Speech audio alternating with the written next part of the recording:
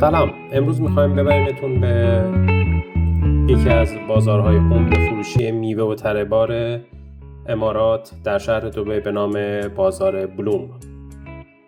اگه توی گوگل مپ عبارت بلوم مارکت رو سرچ بکنید، لوکیشن دقیق این محل رو که تقریبا نزدیک دراگون مارت هست رو به شما نشون میده.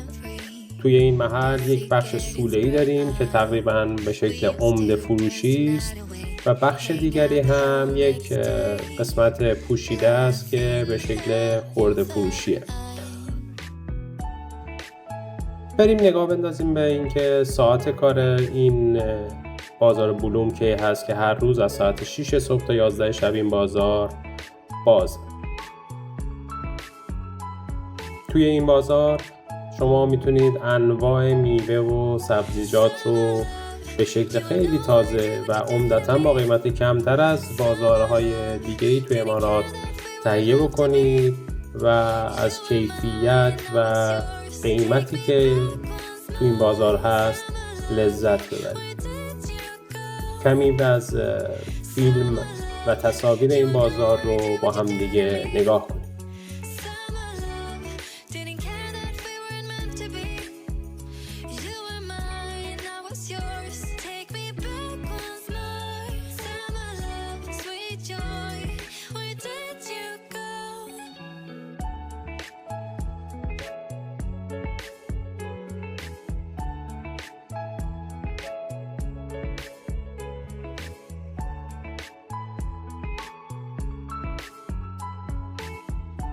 داخل این بازار در قسمت سرپوشیده یه فروشگاهی هم هست که به شکل عمده تقریبا همه مایحتاج روزانه رو داره و میشه گفت تقریبا کمترین قیمت در دبی رو شما میتونید تو این مدل فروشگاه ها پیدا بکنید. از انواع روغن ها، برنج، شیر، پودرهای شربت، تمام چیزایی که ممکنه مایحتاج روزانه شما باشه رو شما توی این فروشگاه میتونید پیدا بکنید.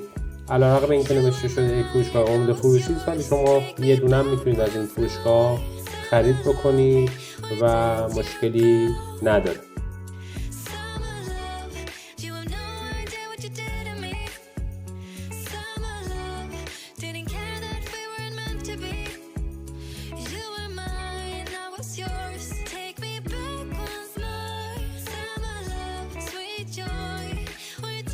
اما اگر از گیت 1 خارج بشیم، روبروی گیت 1 بخش سنتی بازار هست که میریم الان یه سری به اونجا هم بزنیم و ببینیم اونجا چه خبره. توی این قسمت شما به شکل خرده فروشی میتونید میوه و سبزیجات رو تهیه بکنید با قیمت‌های بسیار خوب. یادتون نره توی این بازار حتما چونه بزنید. چونه زدن اینجا میتونه منجر به تخفیف‌های بیشتری برای شما بشه. امیدوارم که به این بازار سر بزنید، میوه و سبزی خودتون رو توی این بازار تهیه بکنید و از قیمت‌ها و کیفیت اون لذت ببرید.